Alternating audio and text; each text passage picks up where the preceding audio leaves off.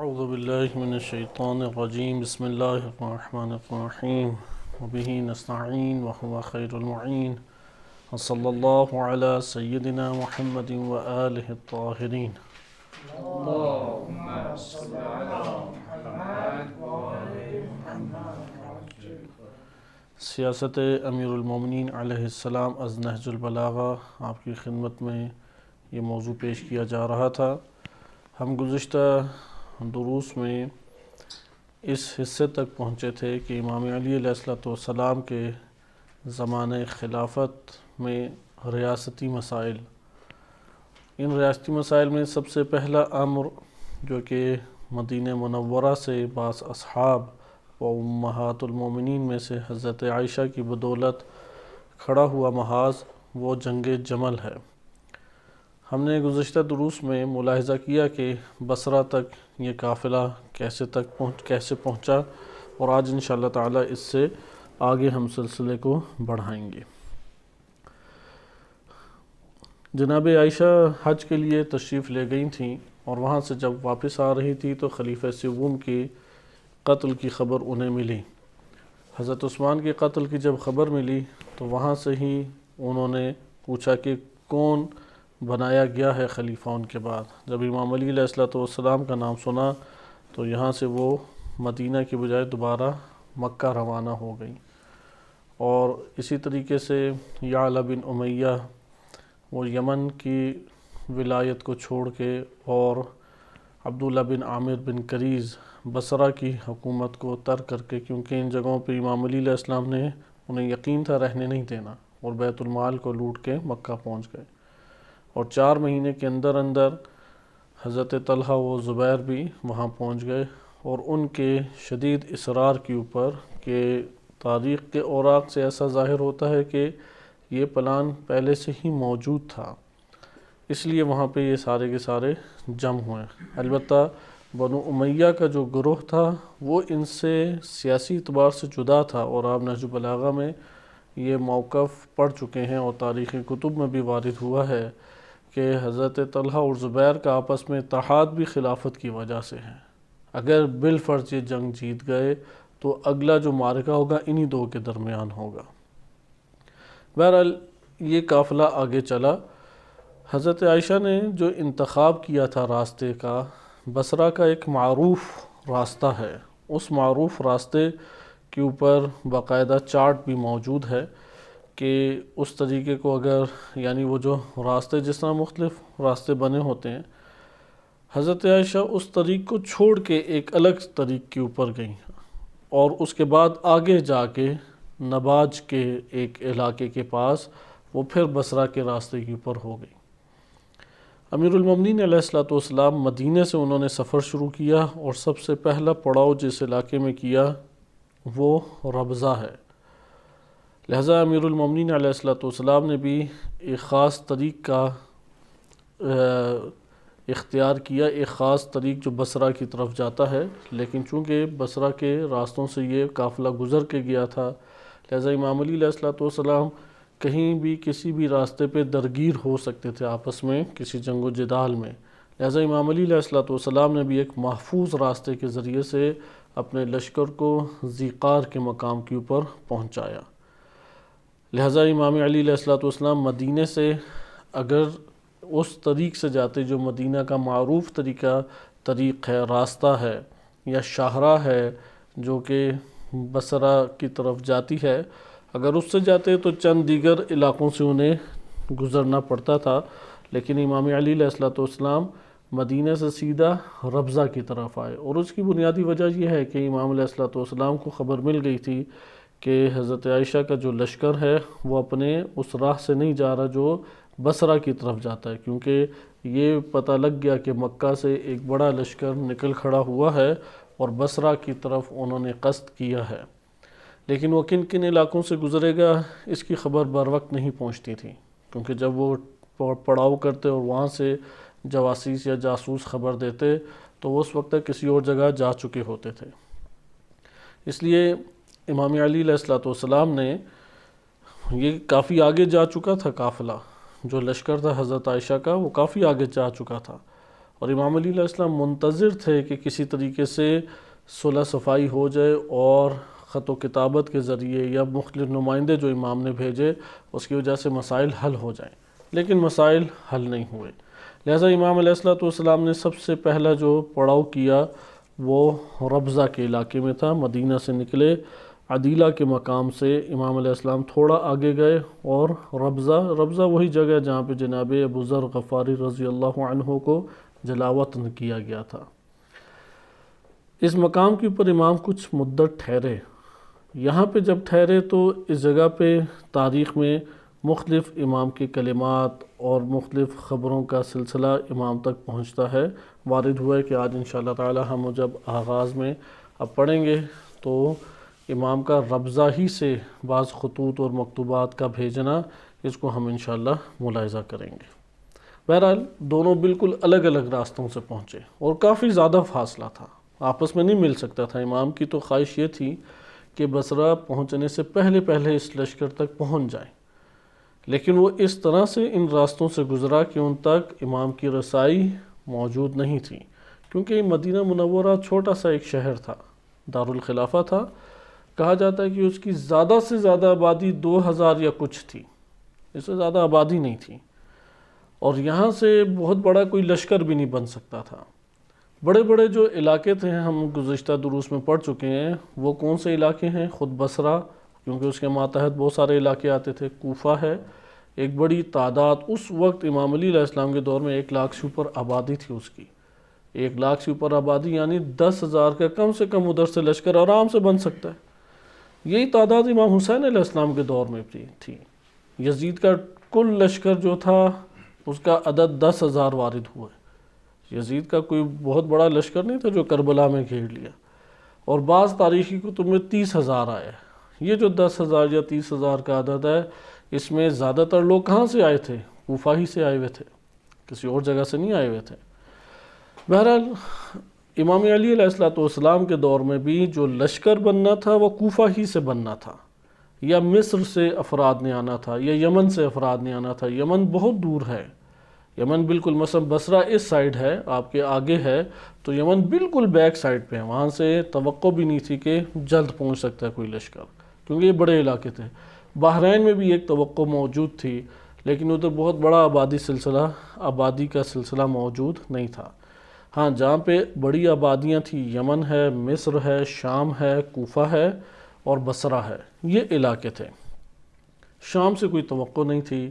مصر کے حالات ابھی ابتر تھے، امام نے تازہ ہی حاکم اس کی طرف منتقل کیے تھے۔ اور کوفہ میں امام علی علیہ السلام بعض تاریخی کتب کے مطابق جناب مالک اشتر کو چاہتے تھے کہ وہ اس کی ادھر کی ولایت لے لیں، اور بعض کسی اور کو منتخب کرنا چاہتے تھے، لیکن قرار باہمی مشاورت سے یہ پایا امام علی علیہ السلام کے ارد بالخصوص جناب مالک اشتر کی مشاورت سے، جیسا طبری یا دیگر کتب میں، کہ ابو موسیٰ اشعری کو رہنے دیا جائے۔ ابو موسیٰ اشعری حضرت عمر کے دور سے حکومتی سلسلے میں اور سیاسی میدان میں وارد ہوئے۔ حضرت عثمان کے آخری ادوار میں ان کو کوفہ کا حاکم بنا دیا گیا۔ امام علی علیہ السلام نے مصلحت یہی سمجھی کہ ابھی انہیں نہ چھیڑا جائے، کیونکہ کوفہ ایک ایسی جگہ ہے کہ جہاں جنگجو ہیں، افراد زیادہ ہیں،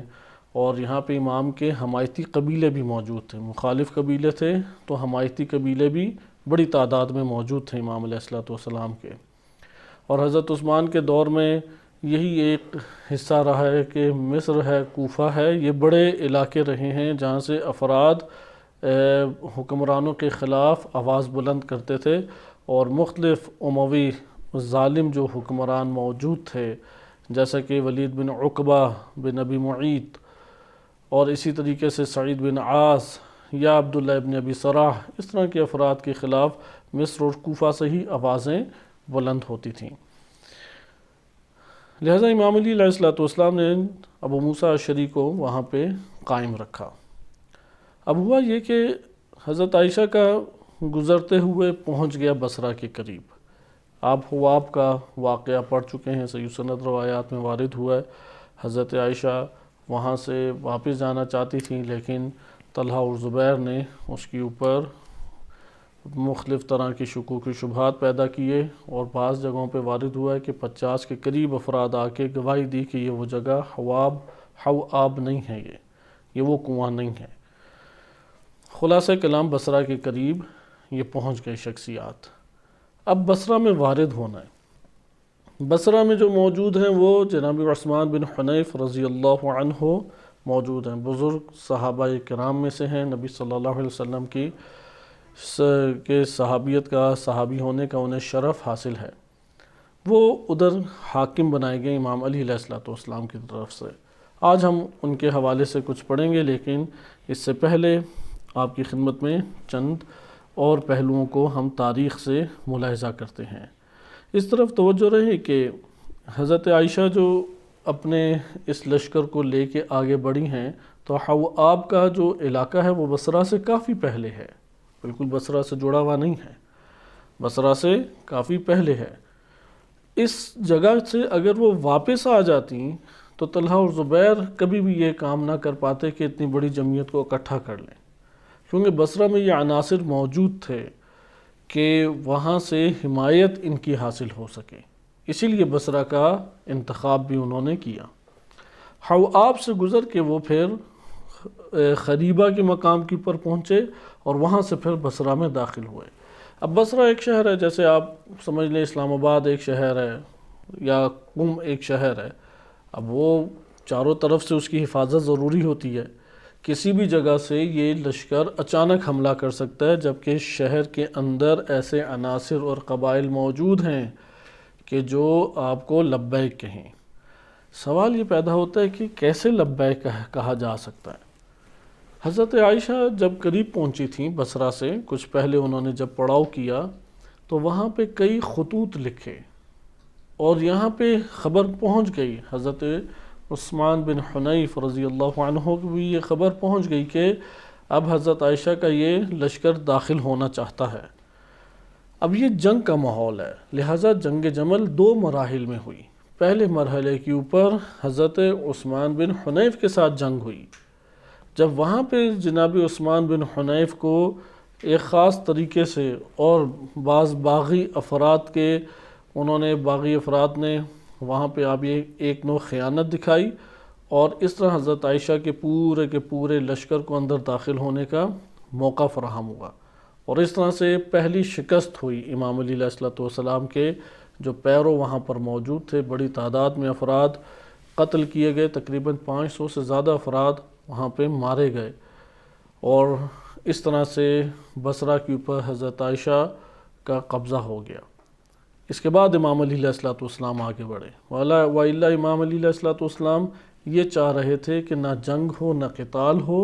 اور صلح صفائی سے یہ معاملہ ختم ہو جائے۔ کئی کوششیں کی گئیں کہ بڑے بڑے اصحاب حضرت عائشہ کے پاس گئے، ان سے تقاضا کیا کہ آپ کیوں ادھر تشریف لائی ہیں، ان کو منانے کی کوشش کی کہ آپ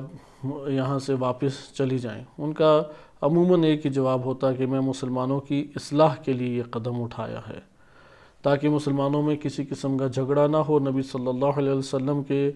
حرم کو لوٹ لیا گیا، مدینہ میں جن کا خون بہانا حلال نہیں تھا ان کا خون بہائے گا، یعنی خلیفہ سوم کا۔ حالانکہ حضرت عثمان کے زندگانی میں شدید دشمنی تھی حضرت عائشہ کی، اور جس طرح کتب تاریخ میں، کتب ادب میں، لغت میں وارد ہوا ہے کہ نعسل کہہ کے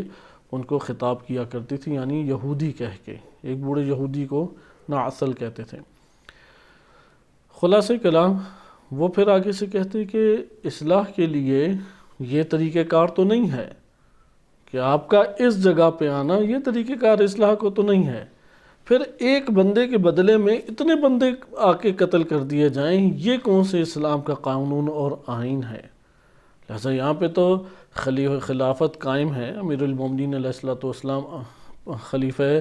راشد، امام علی علیہ السلام کا خلیفہ راشد ہونا مکتب تشیع کی نظر میں پہلے خلیفہ راشد ہیں، اہل سنت کے مطابق چوتھے خلیفہ راشد ہیں، کیونکہ مکتب تشیع خلفائے راشدین کا اطلاق 12 ائمہ معصومین علیہ السلام کے اوپر کرتی ہیں۔ خلفائے راشدین یعنی وہ خلفاء جو ہدایت دینے والے ہیں، اور راشد ہیں ان کا اطلاق 12 ائمہ علیہ السلام کے اوپر کرتی ہے۔ تو اس اعتبار سے مکتب تشیع کی اور اہل تسنن کے یہ وہی ابتدائی جو مسائل ہیں سیاسی نوعیت کے آغاز میں تھے اور اس کے بعد بڑھتے چلے گئے، اسی کی طرف یہ آپ کی خدمت میں اشارہ ہے۔ بہرحال امام علی علیہ السلام کی خلافت قائم ہے اہل سنت کی نظر میں بھی، اور پوری ریاست میں عمومی طور پہ سارے ہی قبول کر چکے ہیں، سوائے شام کے جو افراد تھے یعنی باغی حضرات، اور یہاں سے حضرت عائشہ، طلحہ، زبیر،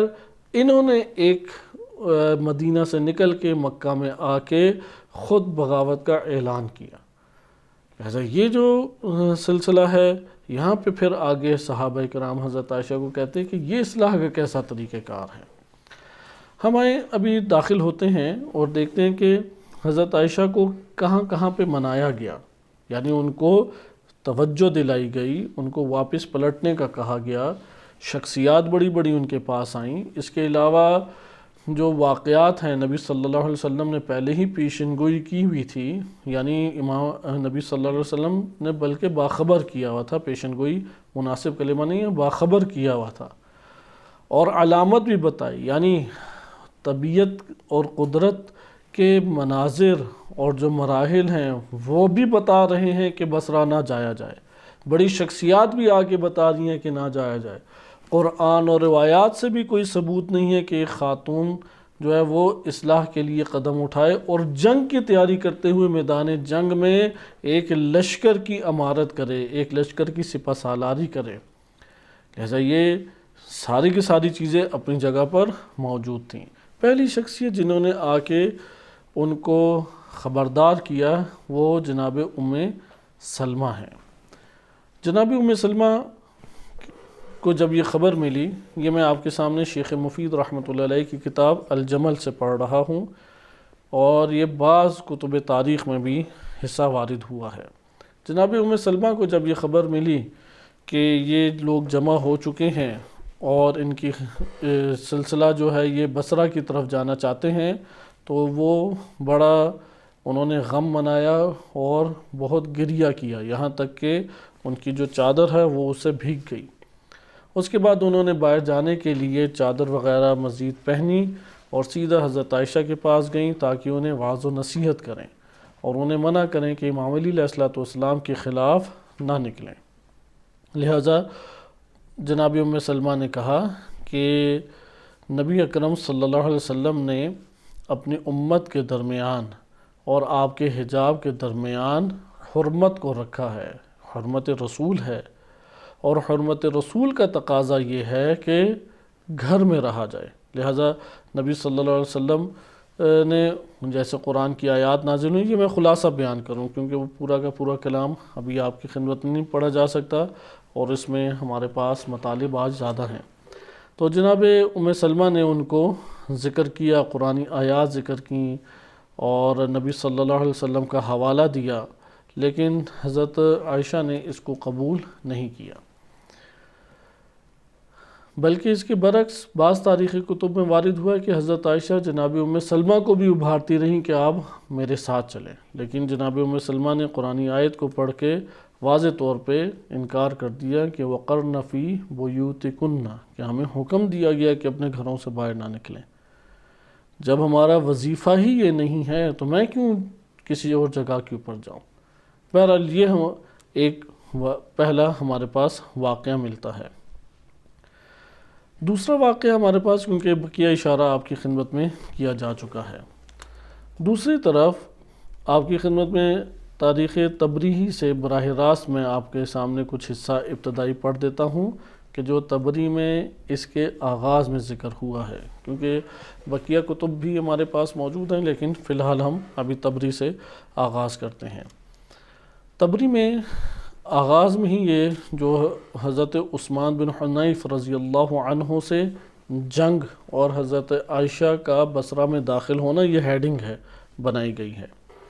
اس میں ذکر ہوا ہے کہ یہ لشکر سیدھا راہ چھوڑ کے آگے بڑھتا رہا، یعنی وہ جو مشہور شاہراہ تھی اسے چھوڑ کے آگے بڑھتا رہا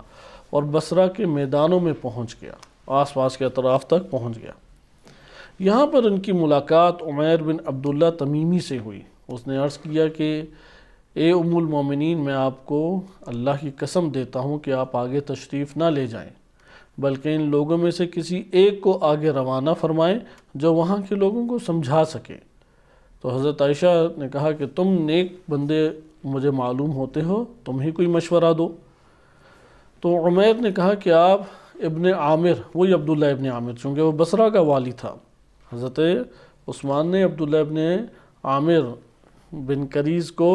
بصرہ کا والی بنایا تھا، وہ بصرہ کا بیت المال لے کے مکہ پہنچا تھا۔ اسی کو کہا کہ تم جاؤ، آگے جاؤ، اور بصرہ میں چونکہ زمینیں اور مکانات بھی اس کے ہیں، عمیر نے کہا کہ چونکہ اس کے زمینیں ہیں، مکانات ہیں، اور لوگوں کے درمیان یہ حاکم بھی رہا ہے، لوگوں سے یہ ملاقات کرے اور جو آپ پیغام پہنچانا چاہتی ہیں وہ پہنچایا جا سکتا ہے۔ بس یہاں پہ اب آپ نے دیکھا کہ حضرت عائشہ کے ذریعے سے راہ ہموار کی جا رہی ہے، کیونکہ بقیہ کو تو دل نرم نہ ہوتا، نبی صلی اللہ علیہ وسلم کے خاندان کی، رسول اللہ کی وجہ سے قدر و قیمت تھی، اور یہ قدر و قیمت 60 ہجری تک تو کما حقہ قائم رہی۔ امام علی علیہ السلام کی شہادت کے بعد اس حرمت کو کاملاً پامال کر دیا گیا، نہ کسی زوجہ کی حرمت باقی رہی اور نہ ہی اہل بیت طہارت علیہم السلام کی حرمت باقی رہی۔ اس سے پہلے اہل بیت طہارت علیہم السلام کی بھی ایک نوع حرمت کو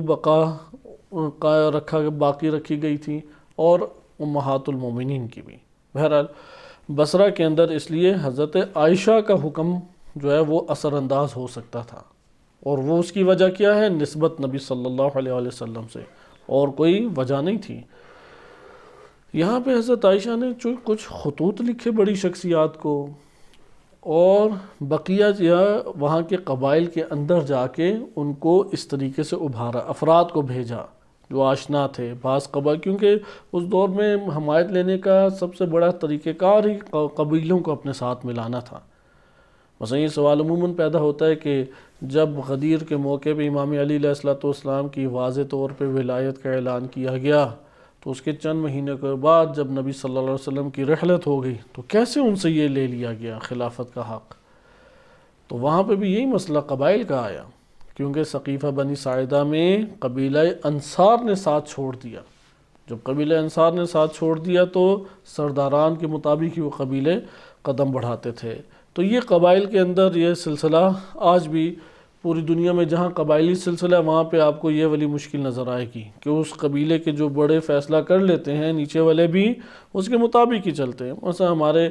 پاکستان میں بھی کئی علاقوں میں قبائلی سلسلے آج بھی جاری ہیں، وہاں پہ قبائلی جب جنگیں ہوتی ہیں، لڑائیاں ہوتی ہیں، قبائلی فیصلے ہوتے ہیں تو وہ اسی طریقے سے فیصلوں کے پر عمل ہوتا ہے۔ بہرحال قبائل کو ساتھ ملایا، حضرت عائشہ نے قبائل کو ساتھ ملایا۔ ابن عامر روانہ ہو گئے حضرت عائشہ کے کہنے پہ، اور بصرہ پہنچے تو لوگوں کے آس پاس لوگ جمع ہوئے، اور وہاں پہ بااثر افراد کے نام خطوط بھی لکھے۔ بااثر افراد کون سے ہیں؟ ان میں سے ایک احنف بن قیس ہے۔ اب ان بااثر افراد کا بھی ایک تعارف ہو جاتا تو ہمارے لیے بہت اچھا ہو جاتا۔ احنف بن قیس ہے، صبرہ بن شیمان ہے، انہی میں سے ایک ہے منذر بن ربیعہ اور کعب بن ثورہ۔ یہ قاضی بصرہ تھے، یمن میں قاضی تھے، بصرہ کے قاضی تھے۔ یہ بڑی بڑی شخصیات ہیں۔ احنف بن قیس مضر قبیلے سے تھے، بہت بڑا یہ قبیلہ ہے، اس کی کئی شاخیں ہیں۔ احنف بن قیس بڑا نام ہے۔ بہرحال اہل بصرہ کو اب کچھ حالات کا پتہ لگ گیا۔ اس سے پہلے جو عثمان بن حنیف ہیں وہ گفتگو مختلف طرح کی کر رہے ہیں اور مختلف مشورے لے رہے ہیں۔ احنف بن قیس سے بھی مشورہ لیا، اسی طرح سے وہاں پہ حکیم بن جبلہ بھی تھے، ان سے مشورے لیے۔ وہ انشاءاللہ ابھی ہم حصہ پڑھتے ہیں، ابھی ہم تبری کے مطابق پہلے دیکھ لیں، کیونکہ جو نہج البلاغہ میں وارد ہوا ہے وہ عثمان بن حنیف کے حوالے سے وارد ہوا ہے۔ ہم 2 سے 3 جگہیں آج پڑھیں گے۔ بقیہ جنگ جمل کا جو دوسرا حصہ ہے، آپ سیکنڈ راؤنڈ کہہ لیں، وہ نہائی ہے، اس کے حوالے سے زیادہ نہج البلاغہ میں وارد ہوا ہے کلام امیر المومنین علیہ السلام کا۔ خلاصہ کلام،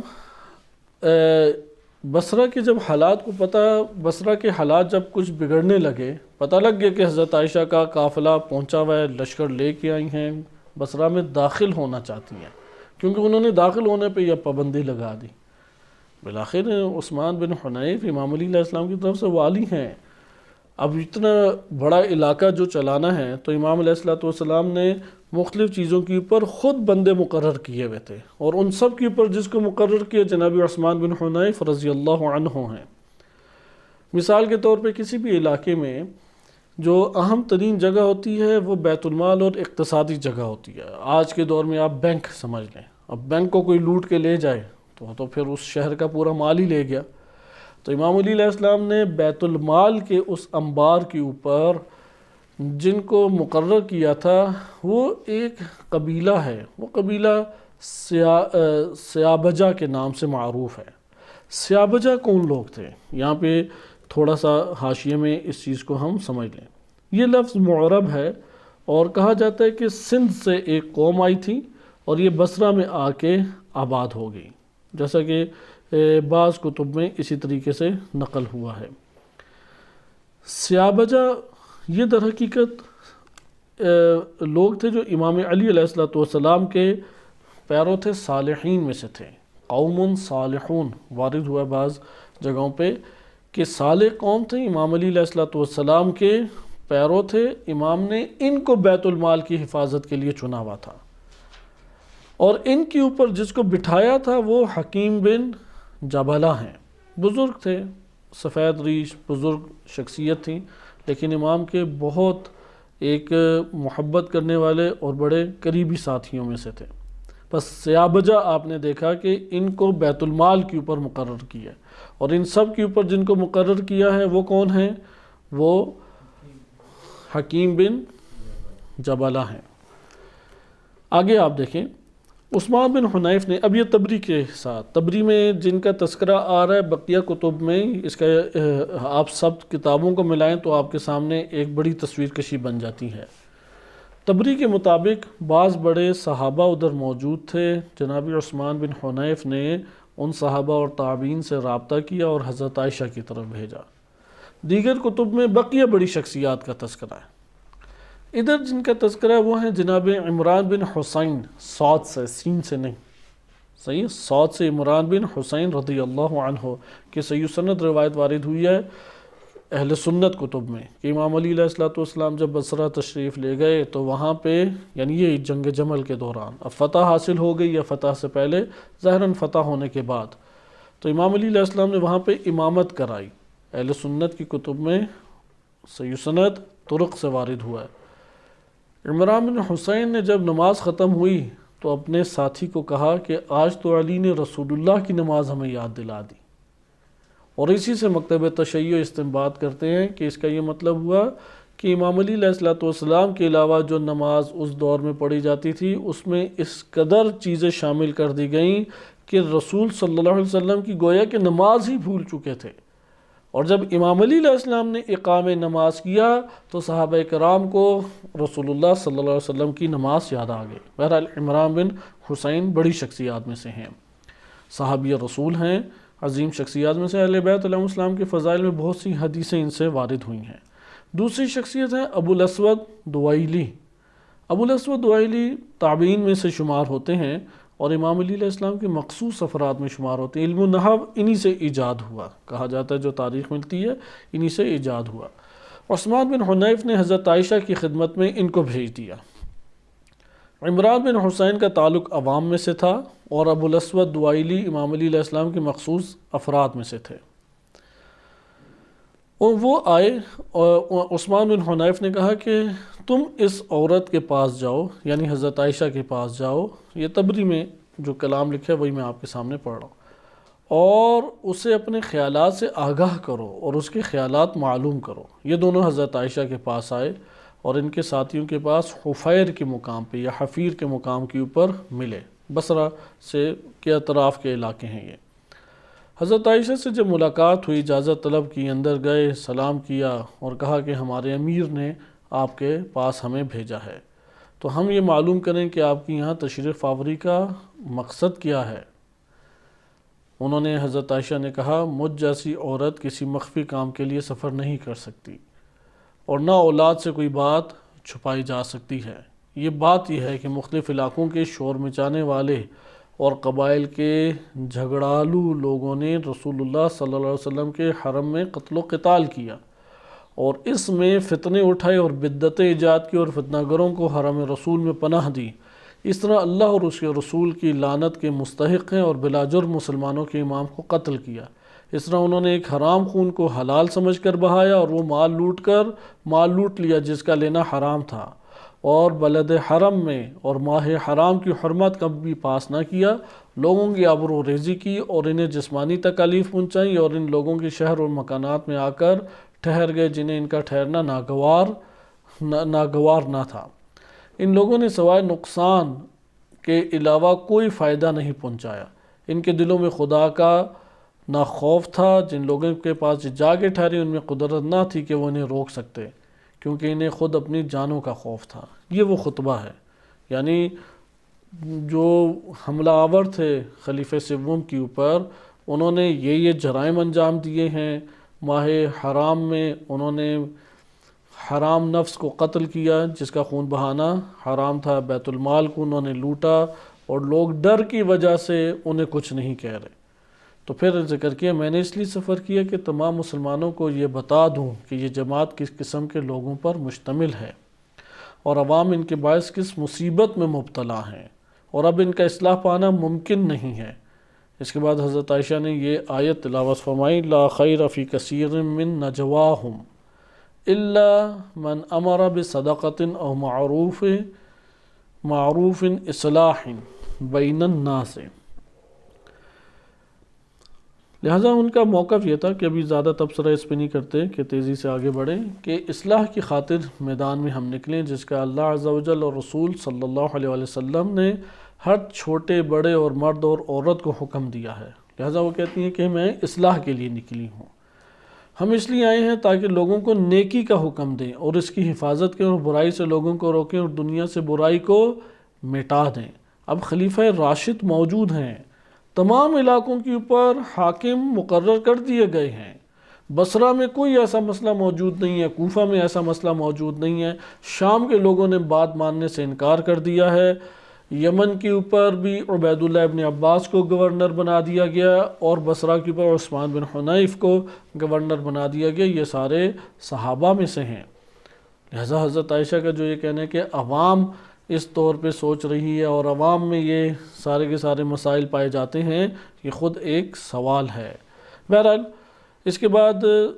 طلحہ زبیر کے پاس یہ آئے، حضرت عمران بن حسین رضی اللہ عنہ کی گفتگو حضرت عائشہ سے جب ہو گئی تو وہ حضرت طلحہ کے پاس پہنچے اور ان سے ان کی آمد کی وجہ دریافت کی۔ حضرت طلحہ نے کہا کہ ہم حضرت عثمان کے خون کا مطالبہ کرنے آئے ہیں۔ تو اب یہ قاصدین جو تھے عمران بن حسین اور ابو اسود دوائلی کے ساتھ، انہوں نے کہا آپ تو علی علیہ السلام کی بیعت نہیں کر چکے تھے؟ تو طلحہ نے کہا کہ ہاں، لیکن اس صورت میں کہ تلوار میری گردن پہ رکھی ہوئی تھی۔ ابھی ہم نہج البلاغہ سے پڑھیں گے، امام فرماتے ہیں کہ یہ میں ہاتھ ان سے چھڑواتا تھا، یہ ہاتھ کھینچتے تھے میری طرف بیعت کے لیے، اور زبردستی میرے ہاتھوں کے اوپر انہوں نے بیعت کی، اور یہی بیان کتب تاریخ میں بھی آیا ہے۔ بہرحال تلوار میری گردن پہ رکھی ہوئی تھی اور علی سے ہمارا کوئی اختلاف نہیں، نہ میں علی کی بیعت توڑنا چاہتا ہوں، لیکن شرط یہ کہ وہ ہمارے اور قاتلوں کے درمیان حائل نہ ہوں۔ خود یہ سوال ہے کہ کیا نبی صلی اللہ علیہ وسلم جب حاکم تھے یا ان کے بعد جو خلفائے حاکم تھے، کسی کو اپنے طور پہ عدالت اور قانون کا حق اپنے ہاتھ میں لینے کا حق حاصل ہے؟ یا قاتل کی سزا عدالت میں جا کے فیصلہ جج سنائے گا، قاضی سنائے گا، اس کے بعد گواہ مانگے جائیں گے، پھر اس کے اوپر سزا طاری ہوگی یا جاری ہوگی؟ لہٰذا یہ جو ان کا مطالبہ تھا کہ قاتلوں کے درمیان حائل نہ ہوں، تو قاتل کہاں مشخص ہیں، کون سے افراد ہیں؟ اور پھر بالخصوص وہ افراد کہ جو عثمان بن حنیف اور ان کے جو ساتھی تھے، ان جنہیں شہید کیا گیا، ان میں قاتل کون تھا؟ ان میں تو کوئی قاتل ہی نہیں تھا۔ مثلا یہ جو سیاہ بجا کے نام سے آپ کی خدمت میں نے گروہ ذکر کیا ہے کہ قوم صالحین تھی، یہ ان کا تو کوئی دور دور کا بھی تعلق نہیں تھا ان حملہ آوروں سے، یہ تو سیاست کے میدان میں ہی نہیں تھے، یہ تو بیت المال کی رکھوالی کرنے والے سپاہیوں کی مانند تھے۔ ان بیچاروں کو کیوں قتل کر دیا گیا؟ حکیم بن جبلہ کا کیا ان سے تعلق تھا؟ وہ تو اس 3 کسی قاتلین میں شمار ہی نہیں ہوتے، ان بیچاروں کو کیوں قتل کر دیا گیا؟ یہ سوالات ابھرتے ہیں۔ بہرحال اس کے بعد دونوں قاصد لوٹ گئے، حضرت عائشہ کے پاس آئے اور ان سے رخصت طلب کی۔ حضرت عائشہ نے عمران بن حسین کو رخصت کیا اور ابو اسود دوائلی سے مخاطب ہو کے کہا کہ اے ابو اسود، تو اپنے آپ کو اس بات سے بچانا کہ کہیں تیری خواہشات تجھے دوزخ میں نہ دھکیل دیں، کیونکہ امام علی علیہ السلام کے خاص بندے تھے تو انہیں توڑنا چاہ رہی تھیں، اور کہا کہ دوزخ میں نہ دھکیل دے۔ اس لیے پھر ایک آیت پڑھی اور کہا کہ مجھے ڈر ہے کہ تم ہماری مخالفت کرنے کی وجہ سے سیدھا جہنم میں جاؤ گے۔ ان دونوں قاصدوں نے وہاں سے کوچ کیا اور منادی نے ان کی واپسی کا اعلان کیا۔ جب دونوں عثمان بن حنیف رضی اللہ عنہ کے پاس پہنچے تو ابو اسود نے بولنے میں عمران سے پہل کی اور ایک شعر پڑھا، یبن حنیف قد اتیت فانفر، اے حنیف کے بیٹے جب تو یہاں آ گیا تو اب میدان میں نکل، وطاعن القوم وجالد واصبر، اور لوگوں کو نیزوں کی انیوں پہ رکھ لے، ان سے جنگ کر اور ثابت قدم رہے، یعنی وہ جنگ کے لیے آمادہ ہیں، واجب پیغام دے دیا۔ وابرز لہم مستلئما وشمر، اور اپنی آستینیں چڑھا کے اچھی طرح مزہ چکھ لے، اب مزہ چکھا دے۔ یہ سن کے عثمان بن حنیف نے انا للہ و انا الیہ راجعون پڑھی اور کہا قسم ہے پروردگار کعبہ کی کہ اب اسلام کی چکی چل چکی ہے، اب دیکھیے کہ چکی کا کون سا پارٹ گرتا ہے۔ عمران بن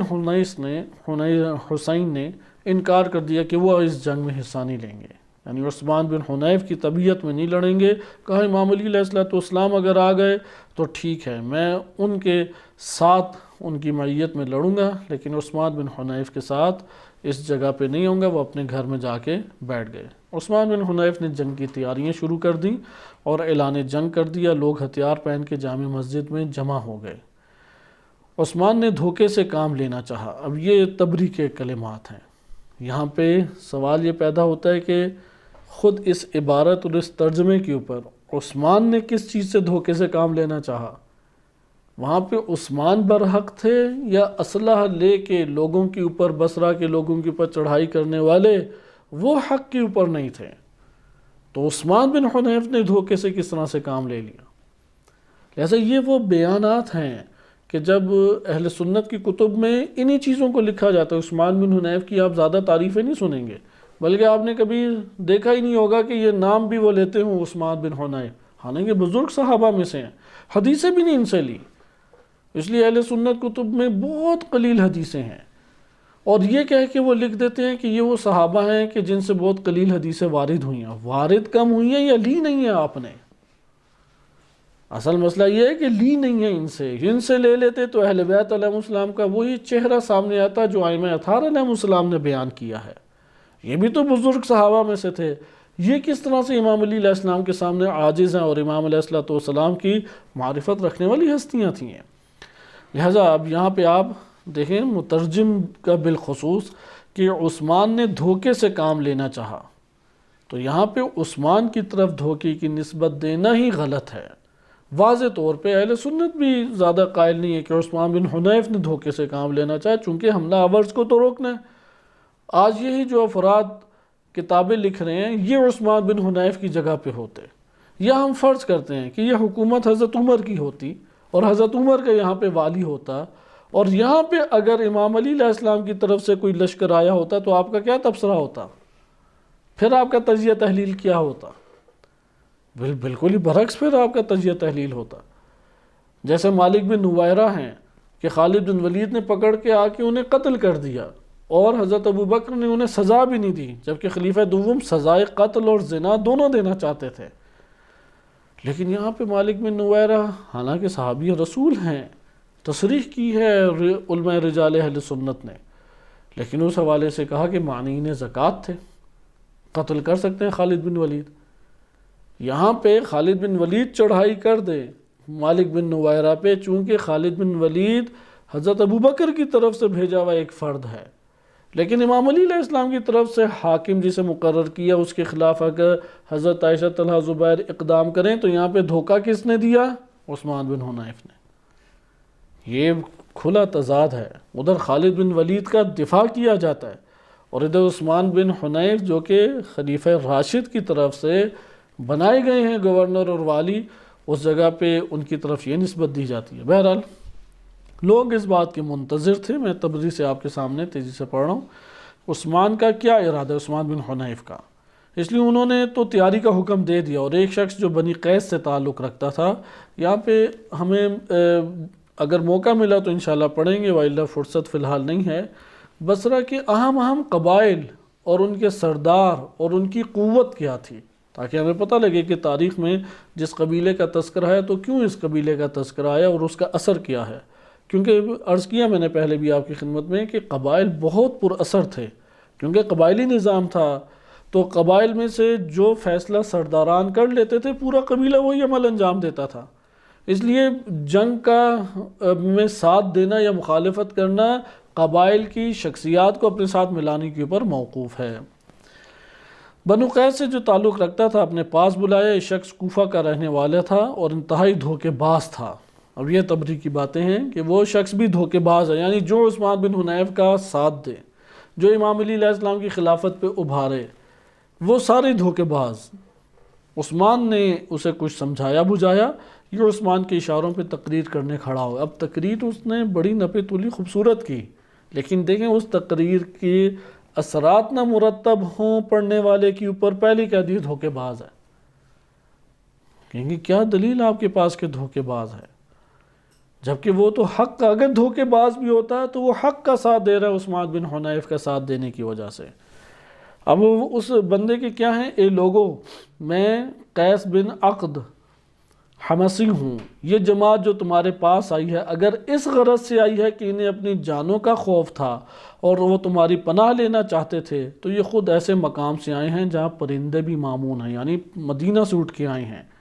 بصرہ اتنی محفوظ جگہ نہیں ہے جتنا مدینہ ہے۔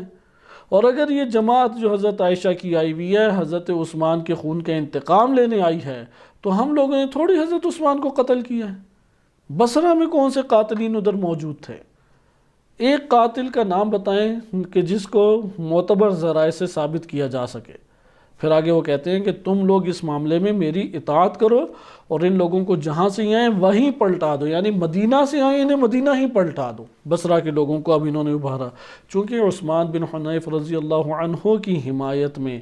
قیس نے لوگوں کو ابھارا تھا، اس وجہ سے دھوکے باز ہے، یہ دھوکہ ہے۔ بہرحال یہ تقریر سن کے اسود بن سری سعدی کھڑا ہوا اور کہنے لگا کہ ان لوگوں نے یہ خیال کیا کہ ہم نے حضرت عثمان کو قتل کیا ہے، حالانکہ تمہارا یہ کہنا قطعاً غلط ہے۔ وہ تمہارے پاس گھبرائے ہوئے اس لیے آئے ہیں تاکہ قاتلین عثمان کے مقابلے میں ہم سے امداد طلب کریں، اور اس طرح وہ اور لوگوں سے بھی امداد کے طالب ہیں۔ اگر واقعتاً ان لوگوں کو جیسا کہ تمہارا گمان ہے ان کے شہروں سے نکال دیا گیا ہے، تو اب ان کے لیے وہ کون سی رکاوٹ ہے جس کے باعث وہ دوسروں کو ان کو شہروں سے نہ نکالیں۔ یہ بندہ ممکن ہے کہ حضرت عائشہ کے لشکر کا ہو، کیونکہ خط و کتاب اور نیچے جیسے ابن عامر کا ہم پڑھ چکے ہیں کہ اس نے ساز باز کر کے افراد کو اور قبائل کو مچایا تھا۔ اس پر لوگوں میں ایک شور مچ گیا، اور عثمان بن حنیف سمجھ گئے کہ بصرہ میں ایسے لوگ موجود ہیں جو کھل کر حضرت عائشہ اور ان کے لشکر کی امداد کریں گے، اور اس سے حضرت عثمان بن حنیف کا دل ٹوٹ گیا۔ حضرت عائشہ اور ان کے ساتھی آگے بڑھ کر مربت کے علاقے میں یا مربت کے علاقے میں پہنچے۔ یہ علاقہ بصرہ سے کے قریب، یعنی اگر بصرہ اس وقت کافی ایک بڑا ایریا ہوتا تھا، ممکن ہے کہ ابھی بصرہ سے باہر یہ علاقہ شمار ہوتا ہو، نقشے میں آپ کو دکھائی دے گا۔ مربت کے علاقے میں پہنچے اور بلائی جانب سے مربت میں داخل ہو گئے اور وہاں ڈیرے ڈال لیے۔ بصرہ کے بالکل قریب آپ سمجھ لیں کہ ڈیرے ڈال لیے۔ عثمان بن حنیف بھی اپنے ساتھیوں کو لے کے ان کے مقابلے میں جا کھڑے ہوئے۔ مثلا آپ اسلام آباد یا قم کا ایک شہر لیں، شہر قم سے تھوڑا سا آگے فاصلے کے اوپر ایک علاقہ آتا ہے، وہاں پہ حضرت عثمان اپنے افراد کے ساتھ پہنچ گئے، چونکہ لشکر اسی سائڈ پہ تھا۔ اہل بصرہ میں جو لوگ حضرت عائشہ کے ساتھ شریک ہونا چاہتے تھے وہ ان کے لشکر میں چلے گئے۔ اس طرح دونوں فریق مربت میں صف آرا ہو گئے، دو صفیں بچھ گئیں۔ اس لیے جنگ جمل پہلی جنگ نہیں ہے جو امام علی علیہ السلام نے لڑی، ان سے پہلے عثمان بن حنیف ایک جنگ لڑ چکے ہیں، اور ایک دوسرے کو جوش دلانے لگے، یہاں تک کہ دونوں فریق غصے سے بے قابو ہو گئے۔ حضرت طلحہ دائیں جانب کھڑے ہوئے مربت کے ایک طرف چلے گئے اور ان کے پہلو میں زبیر تھے اور عثمان بن حنیف دوسری طرف، کیونکہ دائیں بائیں یوں آگے ہو گئے اور تقریریں انہوں نے کی۔ حضرت طلحہ نے اللہ تعالیٰ کی حمد و ثنا کے بعد حضرت عثمان کی شہادت اور ان کی فضیلت کا ذکر کیا اور بتایا کہ مدینہ رسول کی کس طرح بے حرمتی کی، کس طرح خون بہایا گیا، تمام مظالم ذکر کیے، اور کہا کہ پھر قصاص کے حوالے سے انہوں نے بولا کہ قصاص لینا چاہیے اور قاتلین موجود ہیں اور قصاص نہیں لیا جا رہا۔ اس طرح کی انہوں نے تقاریر کی۔ اس کے بعد حضرت عائشہ نے خطاب کیا اور انہوں نے بھی کہا کہ لوگ حضرت عثمان پہ اتہامات لگاتے تھے اور ان کے عاملوں کو، یعنی جو گورنر بٹھائے تھے حاکم، انہیں مجرم سمجھتے تھے۔ یہ لوگ ہمارے پاس مدینہ آئے اور انہی حکام کے حالات بیان کی، ہم سے مشورہ طلب کیا، اور اس طرح سے پھر انہوں نے بھی ایک خطاب کیا کہ بقیہ خطاب ہم ترک کرتے ہیں۔ یہاں پہ جاریہ بن قدامہ رضی اللہ عنہ بڑی عظیم شخصیت ہیں جنہوں نے امام علی علیہ السلام کا ساتھ دیا، اور مالک اشتر کے بعد یہ وہ مجاہد شخصیت ہیں کہ جنہوں نے افراد کو پکڑا، کیونکہ عبداللہ بن عامر بن کریز جو کہ بصرہ کا حاکم تھا خلیفہ سوم کی طرف سے، حضرت عثمان کی طرف سے بصرہ کا حاکم تھا، اموی تھا، یہ جاتے جاتے عبداللہ بن حضرمی کو اپنے پیچھے چھوڑ گیا، ابن حضرمی کو۔ ابن حضرمی اب وہاں پہ ہے تو امام نے عثمان بن حنیف کو پیچھے بھیجا، بالآخر عبداللہ بن حضرمی کو جانا پڑا۔ عبداللہ بن حضرمی نے چند دنوں کے لیے ذائقہ چکھ لیا حاکمیت کا۔ اب جب عثمان بن حنیف رضی اللہ عنہ آئے تو انہوں نے نکال دیا عبداللہ بن حضرمی کو اور وہ واپس شام چلا گیا۔ معاویہ نے بعد کے ایام میں اسی عبداللہ بن حضرمی کو افراد کے ساتھ بھیجا اور بصرہ کی جگہ کو قابو کرنے کے لیے حملہ کرنے کا حکم دیا، اور اس نے آ کے حملہ کر دیا۔ یہ بعد کی بات ہے، جنگ جمل کے بعد اور جناب مالک اشتر رضی اللہ عنہ ان کی شہادت کے بعد کے واقعات ہیں۔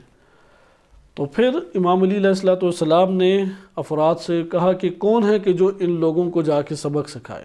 تو افراد کھڑے ہی نہیں ہوتے تھے، کیونکہ یہ ایک بدماش ٹائپ لوگ تھے، دہشت گرد لوگ تھے، آ کے قتل و غارت میں چاہتے تھے۔ جاریہ بن قدامہ کھڑے ہوئے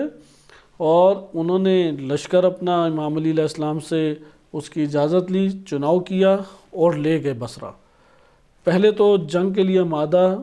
ہونے کا موقع ہی نہیں ملا، لیکن دیکھا کہ جاریہ بن قدامہ کا لشکر بڑا ہے تو انہوں نے پھر ایک قبیلے کے ایک گھر میں پناہ لے لی، بڑی سی جگہ پہ پناہ لے لی۔ مقابلہ ہوتا رہا تو وہ گھر کے اندر چلے گئے۔ جاریہ بن قدامہ نے پھر ایک علاج کیا، صحابی رسول ہیں، اہل سنت کی واضح تصریح ہے، صحابی ہیں تو انہوں نے معاملہ ان سے معصوم ولائی کرنا ہے، جو بھی کر لیں ان کو بعد میں چھوڑ دینا ہے، لیکن جاریہ بن قدامہ پہ اعتراض اس واقعے کے اوپر کرتے ہیں، انشاءاللہ یہ اپنی جگہ پہ آئے گا بھی واقعات میں۔ جاریہ بن قدامہ رضی اللہ عنہ انہوں نے چاروں طرف لکڑیاں جمع کی اور آگ لگا دی، اور تقریباً 70 بندے اندر جل گئے۔ اس وجہ سے ان کی محرق ان کا لقب پڑ گیا، آگ لگا دینے والے۔ اور 2 واقعات ایسے گزرے کہ آگ لگائی اور انہوں نے امام علی علیہ السلام کو اس کی خبر دی، اور امام علیہ السلام نے اس پہ راضی ہوئے، رضایت فرمائی۔ یعنی ایسے مد مقابل افراد تھے کہ امام علی علیہ السلام جو کہ رحمت عالمین کی رحمتوں میں سے ایک عظیم ترین رحمت ہے، نبی صلی اللہ علیہ وسلم کے بعد پورے عالمین کے لیے واقعاً امیر المومنین علیہ السلام رحمت ہیں، انتہائی نرم دل کے مالک، اور جنگیں چاہتے ہی نہیں تھے، وہ بھی ان افراد کے جلنے کے اوپر امام کا قلب خوش ہوا اور راضی ہوا، اس کی وجہ سے محرق ان کا لقب پڑ گیا۔ یہ جاریہ بن قدامہ سعدی آگے بڑھے اور حضرت عائشہ کے پاس پہنچے۔ اب یہ آپ دیکھ رہے ہیں شخصیات آ رہی ہیں بار بار، کیونکہ ہمارا ٹاپک یہ چل رہا ہے حضرت عائشہ کو بیان کرنے، سمجھانے اور واپس پلٹنے کے لیے بار بار کوششیں ہو رہی ہیں۔ امام علی علیہ السلام کی طرف سے تو ہو چکی کوشش، اس کے بعد جناب عثمان بن حنیف کی طرف سے کوشش، عمران بن حسین کی طرف سے، ابو اسود دوائلی کی طرف سے، جناب ام سلمہ کی طرف سے، اور اب جاریہ بن قدامہ سعدی کی طرف سے، انہوں نے آ کے کہا، اے ام المومنین، خدا کی قسم عثمان بن عفان کا قتل ہو جانا ہمارے لیے آسان تھا اور آپ کا اس ملعون اونٹ کے اوپر سوار ہو کے ہتھیار سنبھال کر نکلنا ہمارے لیے اس سے بھی زیادہ برا ہے۔ آپ کو اللہ تعالیٰ کی جانب سے پردے میں رہنے اور اپنے احترام کو باقی رکھنے کا حکم دیا گیا تھا، لیکن آپ نے اس پردے کو توڑا اور اپنے احترام کو ختم کیا۔ یاد رکھیے کہ جو شخص آپ سے قتال کو اور جنگ کو جائز سمجھتا ہے وہ لازماً آپ کے قتل کو بھی جائز سمجھتا ہوگا۔ اگر آپ خوشی سے یہاں آئی ہیں تو فوراً پلٹ جائیں، اور اگر آپ مجبوراً یہاں آئی ہیں تو لوگوں سے امداد طلب کیجئے تاکہ وہ آپ کو باعزت طور پہ یہاں سے نکال کر لے جائیں۔ آپ نے دیکھا جاریہ بن قدامہ کی زبان احترام والی بھی ہے، اور اس کے ساتھ ساتھ وہ جو دین میں حکم آیا قرآنی حکم اس کی طرف بھی اشارہ ہے کہ وَقَرْنَ فِي بُيُوتِكُنَّ،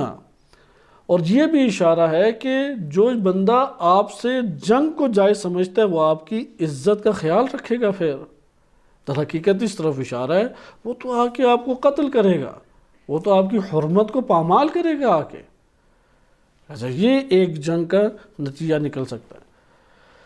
اس میں ایک بڑا خوبصورت واقعہ ہے کہ آج ہماری گفتگو اسی کے اوپر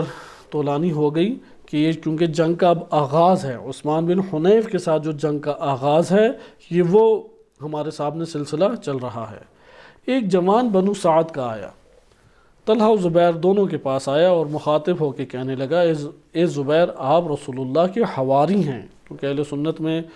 ان کی صحاح میں یہ روایت وارد ہوئی ہے کہ جناب زبیر کو رسول اللہ نے اپنا حواری کہا ہے، کیا کہ ہر امت میں ہر نبی کا حواری ہوتا ہے، تم میرے حواری ہو۔ اور طلحہ نے اپنے ہاتھ سے رسول اللہ کو بچایا ہے کیونکہ جنگوں میں انہوں نے حصہ لیا، ایک ہاتھ شل بھی تھا۔ میں دیکھ رہا ہوں کہ آپ دونوں کی ماں آپ کے ساتھ ہیں، حضرت عائشہ بھی آپ کے ہمراہ ہیں، تو کیا تم دونوں اپنی بیویوں کو بھی ساتھ لائے ہو؟ ماں کو تو ساتھ لے آئے، یعنی جو تمہاری ناموس اور عزت تھی انہیں تو چھوڑ کے اپنے گھر میں آئے ہو، اور جو رسول کی ناموس تھی انہیں اپنے ساتھ لے کے آئے ہو، یہ کیسے تمہارا انصاف ہے؟ طلحہ و زبیر نے کوئی جواب نہیں دیا۔ وہ بنو سعد کا جوان بولا میں تمہارا ساتھ نہیں دے سکتا، یہ کہہ کے وہ لشکر سے علیحدہ ہو گیا، اور اس کے اوپر اس نے پھر اشعار پڑھے کہ وہ اشعار موجود ہیں۔ اسی میں سے ایک جبینہ کا ایک لڑکا قبیلہ ہے محمد بن طلحہ کے پاس آیا، طلحہ کے بیٹے بھی محمد بن طلحہ ادھر موجود تھا۔ طلحہ کے فرزند محمد طلحہ، کیونکہ طلحہ بنی تمیم سے ہے، حضرت عائشہ کا تعلق بھی بنی تمیم سے تھا، اس طور پہ رشتہ داری ہے اور قریبی رشتہ داری ہے، کزن لگتے ہیں، حضرت ابو بکر اور طلحہ کزن لگتے تھے، تو اس لیے ان کا جو بیٹا ہے وہ بھی حضرت عائشہ کا قریبی ہے لیکن نامحرم ہے۔ اور دوسری طرف سے جناب زبیر جو ہیں وہ حضرت عائشہ کی بہن کے شوہر ہیں، حضرت عائشہ کی بہن کے شوہر، اس لیے ان کا بیٹا عبداللہ بن زبیر تھا، وہ کیا لگا پھر حضرت عائشہ کا بھانجا لگا۔ اب ادھر تھوڑا سا ٹکراؤ تھا، طلحہ کا بیٹے محمد اور زبیر کا بیٹا عبداللہ۔ حضرت عائشہ قبیلے کو دیکھیں تو محمد کا ساتھ دیں، اور اگر محرمیت اور رشتہ داری اپنی بہن سے دیکھیں تو عبداللہ کا ساتھ دیں، انہوں نے عبداللہ کا ساتھ دیا، اس لیے ان کو گویا بیٹوں جیسا سلوک کرتی تھی عبداللہ بن زبیر کے ساتھ، اور عبداللہ بن زبیر ہی اصل سبب تھا اپنے والد گرامی کو بھی لے کے آنے کا۔ بہرحال محمد بن طلحہ جنگ جمل میں قتل ہو گیا، طلحہ بھی باپ بھی اور بیٹا دونوں قتل ہوئے، بالکل اسی طرح جیسے حضرت عمر کا بیٹا عبید اللہ جنگ صفین میں قتل ہوا۔ تو یہ بہرحال محمد بن طلحہ یہ بہت عبادت گزار شخص تھے، تبریک نے درج کیا ہے، بہت عبادت گزار شخص تھے۔ ان سے سوال کیا گیا کہ عثمان کے قاتل کون ہیں؟ جواب دیا عثمان کے قاتلوں کی ذمہ داری 3 شخصوں پر ہے، تہائی ذمہ داری یعنی ایک حصہ ذمہ داری کا تو اس ہودج والی یعنی عائشہ کے اوپر، حضرت عائشہ کا تذکرہ کیا محمد بن طلحہ نے کیونکہ حضرت عائشہ مخالف تھیں۔ اس کے بعد کہا کہ تہائی ذمہ داری اس شخص کے جو سرخ اونٹ کے اوپر ہے، یعنی اپنے والد گرامی حضرت طلحہ کی طرف اشارہ کیا، اور تہائی ذمہ داری علی بن ابی طالب پر ہے۔ یہ سن کے وہ لڑکا بولا میں تو خود کو گمراہی پہ سمجھتا ہوں، یہ کہہ کہ وہ حضرت علی علیہ السلام کے ساتھ شامل ہو گیا۔ کہا کہ اگر یہ بات ہے تو 2 بندے ادھر ہیں، تو پھر امام علی علیہ السلام کی طرف جو نسبت دے رہی وہی درست نہیں ہے۔ وہ جا کے امام کے ساتھ شامل ہو گیا اور پھر کچھ اشعار پڑھے۔ اب یہ جو جنگ کا سلسلہ شروع ہوا ہے اس حوالے سے ابتدائی جنگ، اس میں تھوڑے سے ہمارے پاس مختلف چیزیں، مختلف واقعات ہیں۔ آپ نے شیخ مفید کے حوالے سے تو دیکھا کہ کس طریقے سے انہوں نے ذکر کیا حضرت ام سلمہ کا، اس سے آگے انہوں نے بیان شروع کیا ہے، کیونکہ امام علی علیہ السلام چاہتے تھے کہ افراد کو کوفہ سے لایا جائے، وہاں پہ ابو موسیٰ اشعری بیٹھے ہوئے تھے، ابو موسیٰ اشعری لوگوں کو اس کے بالکل برعکس حکم دیتے، وہ انشاءاللہ تعالی اگلے درس میں آئے گا، ہم مختصر سا کچھ نہج البلاغہ سے بھی حصہ پڑھ لیں، لیکن آپ کی خدمت میں ایک خلاصہ ذکر کیا جاتا ہے جو بقیہ کتب سے اخذ کیا ہے، اور معروف مورخ جو ہیں محمد یوسفی غرویان، محمد ہادی یوسفی غرویان حافظہ اللہ تعالی، بڑی بزرگ شخصیت ہیں حوزہ علمیہ کی، انہوں نے ایک بڑی کتاب لکھی ہے موسوعۃ التاریخ الاسلامی، تمام تاریخ سے خوبصورت انہوں نے نچوڑ بیان کیا ہے۔ ہونا تو یہ چاہیے تھا یہاں سے آپ کے سامنے پڑھا جاتا ہے، لیکن وہ ہمارے لیے زیادہ با اثر نہ رہتا، کیونکہ یہ کہا جاتا ہے ایک شیعہ کی کتاب سے پڑھ دیا، تو ہماری خواہش ہے کہ ہم اصل مصادر سے پڑھیں تاکہ تصویر ہمارے سامنے کامل روشن ہو جائے۔ انہوں نے تبری کے حوالے سے ذکر کیا کہ امام علی علیہ السلام 36 ہجری ربیع الثانی تھا، اس کے آخری ایام میں مدینہ سے نکلے اور ربضہ کی طرف گئے، اور وہاں پہ امام علیہ السلام نے کچھ عرصہ پڑاؤ کیا۔ ادھر امام علیہ السلام نے خطوط چند لکھے کہ اس کا تذکرہ آپ کی خدمت میں ذکر کیا جائے گا، نہج البلاغہ سے ہی امام نے کچھ بیان کیا۔ اس کے بعد ذکر کرتے ہیں کہ امام علیہ السلام نے اہل کوفہ کی طرف خط و کتابت کی، جو اہل کوفہ کی طرف خط و کتابت کی ہے وہ اہمیت کی حامل ہے، ہم آئیں نہج البلاغہ سے پڑھتے ہیں، اس سے صرف اتنا ہی بیان پڑھنا بھی کافی ہے کیونکہ اس میں بقیہ حصہ کوفے کا ذکر موجود ہے۔ نہج البلاغہ میں آپ حضرت طلحہ اور زبیر کے حوالے سے تو گزشتہ دروس میں تفصیلی طور پہ پڑھ چکے ہیں، میں کچھ حصے آپ کے سامنے پڑھ دیتا ہوں جس سے آپ کو معلوم ہو کہ جنگ جمل میں بصرہ والوں کے بارے میں امام علی علیہ السلام کا اب کیا موقف تھا، کیونکہ ٹائم ہمارے پاس کم رہ گیا ہے۔ ہم نہج البلاغہ سے کچھ حصہ پڑھتے ہیں، حضرت عثمان بن حنیف کی جانب سے کیا کیا ہوا، یہ تو حضرت عائشہ کی طرف سے آج بیان ہوا، اب حضرت عثمان بن حنیف کی طرف سے کیا اقدامات ہوئے، کیونکہ بعض تاریخ کتب میں وارد ہوا ہے کہ عثمان بن حنیف کو پہلی خبر مل گئی اور وہ آثار سے ہی سمجھ گئے تھے، ایسے بھولے بادشاہ نہیں تھے جیسے تبری بیان کر کے ظاہر کر دیتی ہے، بالآخر انہیں حکومت کرنا آتی تھی تو امام علی علیہ السلام نے انہیں حاکم بنایا، تو انہوں نے وہاں پہ مشورے لینا شروع کر دیے، احنف بن قیس سے مشورہ لیا، انہوں نے کہا کہ جنگ ہو کے رہے گی اور آپ پہلے ہی تیاری کر کے بیٹھ جائیں، تو عثمان بن حنیف نے کہا کہ بصرہ کے لوگ ہمارے ساتھ نہیں ہیں، انہوں نے کہا کہ قبل اس کے کہ حضرت عائشہ خطوط لکھیں اور اپنے بندے بھیجیں، آپ پہلے سے تیاری کر لیں، اگر عثمان بن حنیف نے پہلے سے تیاری نہ کی ہوتی تو آپ مجھے بتائیں جنگ ہوتی آپس میں، لہٰذا یہ جو تبری ایک طرف کا رخ دکھا رہا ہے، یہ تاریخ تبری کی کتاب جو دکھا رہی ہے یہ درست نہیں ہے۔ ہاں حضرت عائشہ کی جانب سے بالکل اسی طریقے سے ترتیب ہمارے پاس دیگر کتب میں بھی آئی ہے، لیکن حضرت عثمان بن حنیف کی طرف سے تقریباً سارا کا سارا حصہ پوشیدہ ہمیں تبری میں نظر آتا ہے، البتہ دیگر کتب تاریخ میں اس کا پہلو وارد ہوا ہے کہ انہوں نے حضرت عائشہ کے مربت کے علاقے تک پہنچنے سے بھی پہلے تیاریاں شروع کر دی جناب عثمان بن حنیف نے۔ کس طرح سے تیاریاں شروع کی؟ احنف بن قیس بڑی شخصیت ہے، ان سے انہوں نے مشورہ لیا، اسی طریقے سے اس کے بعد انہوں نے حکیم بن جبلہ کے قبیلے کے سردار بھی شمار ہوتے تھے، ان سے مشورہ لیا، اور دونوں نے یہ مشورہ دیا کہ قبل اس کے کہ حضرت عائشہ کے عناصر یہاں پر پہنچیں اور لوگوں کے اندر وہ منتشر ہوں، آپ پہلے سے اس کے لیے اقدامات شروع کر دیں، اور عثمان بن حنیف نے پہلے سے اس کے اقدامات شروع کر دیے، لوگوں کو مائل کرنا شروع کیا، بتا دیا، امام علی علیہ السلام کے بھی پیغام سنائے کہ ابھی میں آپ کی خدمت میں وہی چیزیں پڑھنے لگا ہوں کہ اس سے آپ کو پتہ لگے کہ امام بھی غافل نہیں ہیں، ایسا نہیں ہے کہ امام کو پتہ ہی نہیں ہے کہ وہ ایک جگہ پہ پہنچ جائیں گے، پہنچنے کے بعد وہ کیا کیا حرب بصرہ میں داخل ہونے کے لیے کریں گے، امام علی علیہ السلام کو اس کی خبر نہیں ہوگی۔ جب امام علی علیہ السلام حکومت فرما رہے ہیں تو وہ یہ بات جانتے ہیں کہ وہ جب ایک جگہ پہنچیں گے تو کن کن طریقوں سے اندر داخل ہونے کی کوشش کریں گے، اور امام علی علیہ السلام کو اس کی بھی خبر ہے کہ بصرہ کے اندر حضرت عائشہ کو لبیک کہنے والے وسیع عناصر موجود ہیں، اس کی بھی خبر ہے۔ ان سب چیزوں کو مد نظر رکھتے ہوئے امام علی علیہ السلام نے بھی اقدامات کیے۔ خطبہ نمبر 167، میں تیزی سے صرف ترجمے اب آپ کی خدمت میں پڑھ دیتا ہوں، اور اس کے اوپر اپنی گفتگو کا ہم انشاءاللہ تعالی اختتام آج کے دن کریں گے۔ اگلے درس میں جناب عثمان بن حنیف کی طرف سے کس طریقے سے اقدامات کیے گئے، اور پھر آپس میں جو شدید جنگ ہوئی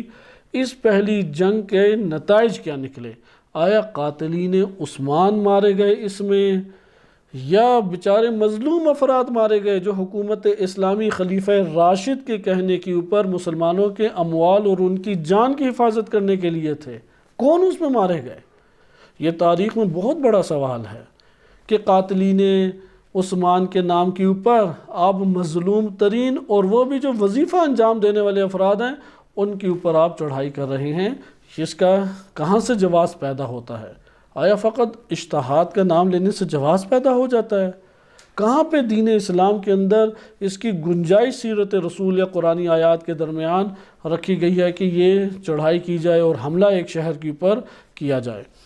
خطبہ نمبر 167 کو ملاحظہ کریں۔ جب جمل والوں نے بصرہ کا رخ کیا تو آپ نے ارشاد فرمایا،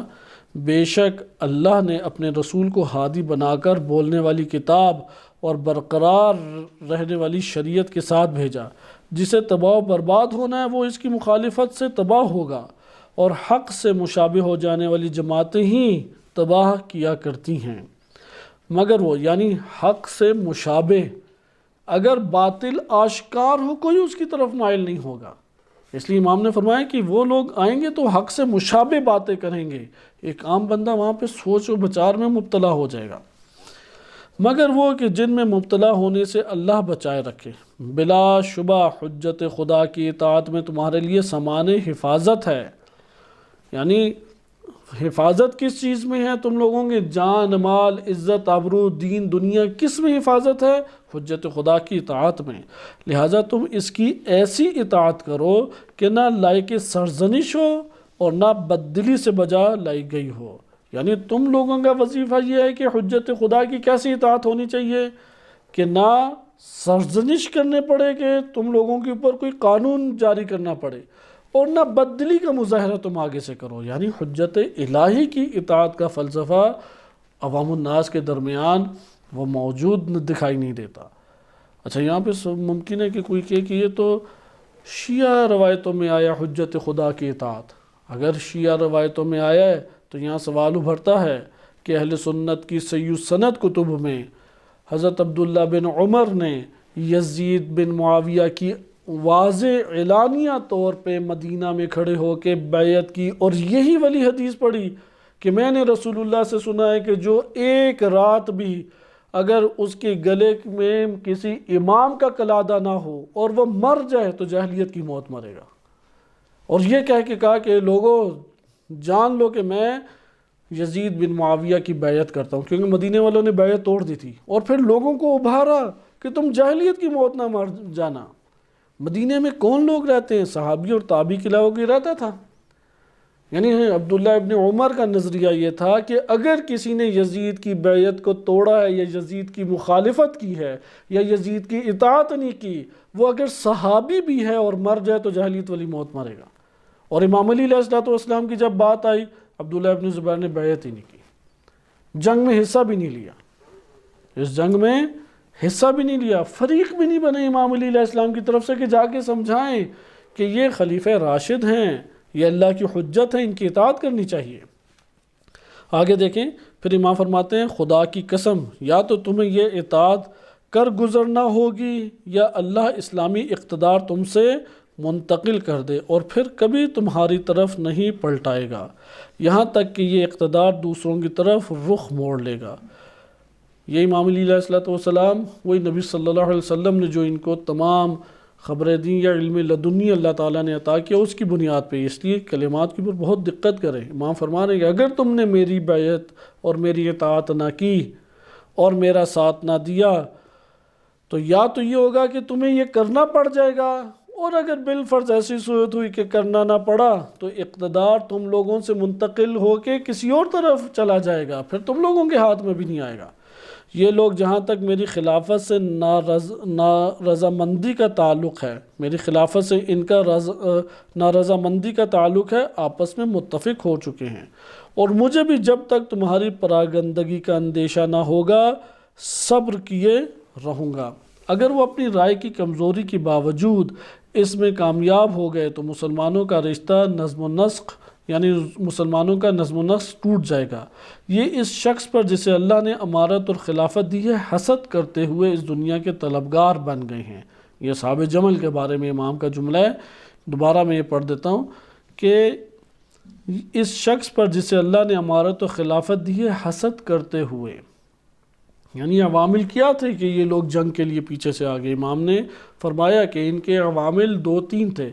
ایک عامل یہ تھا کہ یہ حکومت چاہتے تھے۔ امام نے واضح انکار کر دیا طلحہ و زبیر کو کہ تم میرے مشاور یا معاون اور مددگار ہو لیکن کسی منصب کے اوپر نہیں جاؤ گے۔ بالکل اسی طرح جیسے امام علی علیہ السلام نے آل اولاد کو کسی بھی منصب کے اوپر فائز نہیں کیا اور معاون رکھا،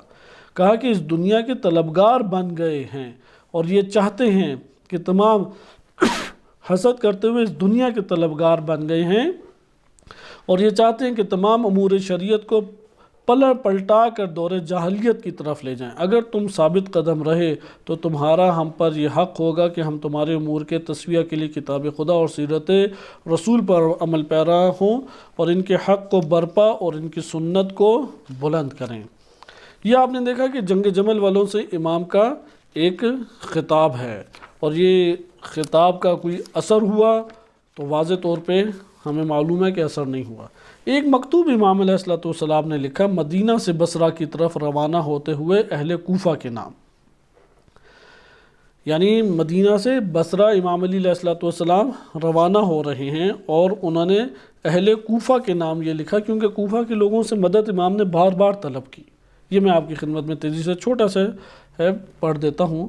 کہ بعد حمد و صلات واضح ہو کہ 2 ہی صورتیں ہیں، یا تو میں اپنے قوم قبیلے کے شہر سے نکلا ہوں، یہ دوبارہ انشاءاللہ تعالی آئے گا کیونکہ یہ معتبر کتب میں وارد ہوا ہے امام کا فرمان، کہ اپنے قوم قبیلے کے شہر سے باہر نکلا ہوں، یا ظالمانہ حیثیت سے یا مظلوم کی حیثیت سے، میں باغی ہوں یا دوسروں نے میرے خلاف بغاوت کی ہے، اس کے علاوہ کوئی اور بات رہتی ہے، یا میں ظالم ہوں یا مظلوم، یا باغی ہوں یا دوسرے میرے مقابلے میں باغی ہیں۔ بہر صورت جن کے پاس میرا یہ خط پہنچے انہیں اللہ کا واسطہ دیتا ہوں کہ وہ آئیں، اگر میں صحیح راہ پر ہوں تو میری مدد کریں، اور اگر میں غلط راستے پر ہوں تو مجھے اپنی مرضی کے مطابق چلانے کی کوشش کریں۔ اگر تم لوگ ہی ٹھیک ہو تو آؤ میرے ساتھ گفتگو کرو، جسے آپ کہتے ہیں ٹیبل ٹاک کرو، اور اپنی مرضی میرے اوپر چلاؤ۔ یعنی یہ سب لوگوں کو بیان کیا کہ جنگ اس کا حل نہیں ہے، ایک یہاں سے فرد اکٹھا کرے مجمع کو اور پھر وہ ایک لشکر کشی کر کے دوسرے شہر کے اوپر چڑھ دوڑے، یہ حل نہیں ہے۔ اس کے بعد ہمارے پاس جو حصہ آتا ہے وہ کوفہ کا ہے کہ ابو موسیٰ اشعری کے نام، کہ اس کو انشاءاللہ تعالی ہم اگلے درس میں ملاحظہ کریں گے۔ یہاں پہ آپ نے خلاصتاً ملاحظہ کیا کہ جنگ جمل کے حالات کا ہم نے گزشتہ درس کا جو اختتام کیا تھا امام کی اس کلام پر کیا تھا کہ ایسا نہیں ہے کہ ان مباحث کو پڑھنے کا فائدہ نہیں ہے۔ نہج البلاغہ میں امام نے کیا ذکر کیا کہ امام کا صحابی آیا اور اس نے کہا کہ یا امام میرا کاش میرا بھائی بھی آپ کے ساتھ ہوتا، تو امام نے فرمایا کہ وہ ہمارے ساتھ ہوتا تو اس کی قلبی خواہش تھی یہ، تو اس نے کہا بالکل یا امام، تو امام نے کہا وہ ہمارے ساتھ ہے، یہاں تک کہ جو ماؤں کے صلب میں بچے آئیں گے ان میں بھی جو یہ خواہش رکھتا ہے وہ ہمارے ساتھ ہے۔ اس کا مطلب کیا ہے؟ جو خواہش نہیں رکھتا پھر وہ دشمنوں کی صف میں ہے، لہذا ادھر حق کا انتخاب کر کے اس حق کے ساتھ دینے کی خواہش دل میں رکھنا یہ ضروری ہے۔ صلی اللہ علی سیدنا محمد وآلہ الطاہرین۔